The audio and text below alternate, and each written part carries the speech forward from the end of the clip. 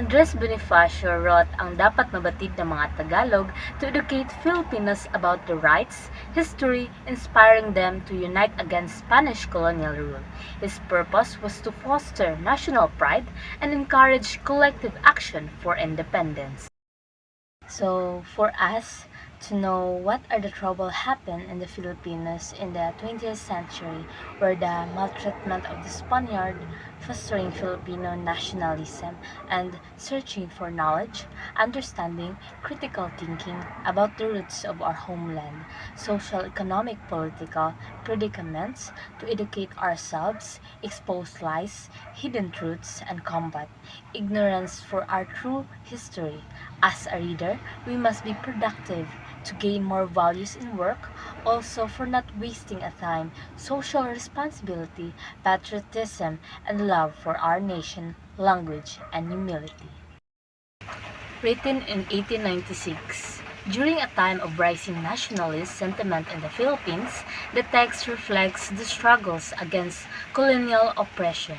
It is situated within the broader context of the Philippines Revolution, where Bonifacio sought to rally support for the fight against Spanish authority and promote a sense of identity among Filipinos. Thesis statement and main ideas. The thesis statement of ang dapat na matid ng mga Tagalog is the Filipinos must understand their history, rights, and the importance of unity in order to achieve independence from Spanish colonial rule. The main ideas include the need for national awareness, that significance of education is fostering a sense and entity in the call for collective action ages operation. Several important supporting details to strengthening his message. First, he aims to awaken the awareness of Filipinos about their rights and the unfair treatment they face under Spanish rule, inspiring them to take action. He calls for unity among the people, emphasizing that working together is essential for achieving independence. Bonifacio also highlights the importance of education, explaining the understanding their history and rights empowers Filipinos to fight for justice. Additionally, he encouraged pride in Filipino culture and heritage, reminding readers that a strong national identity is crucial. His main goal was to instill a sense of pride and unity among the Tagalog people, urging them to recognize their rights and fight for independence. Bonifacio aimed to educate his fellow countrymen about their history and the injustice they face, emphasizing the need for social reforms and collective action to reclaim their sovereignty from colonial oppression.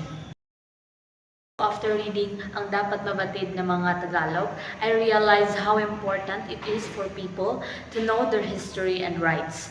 Bonifacio wanted Filipinos to feel proud of who they are and come together to fight against unfair treatment.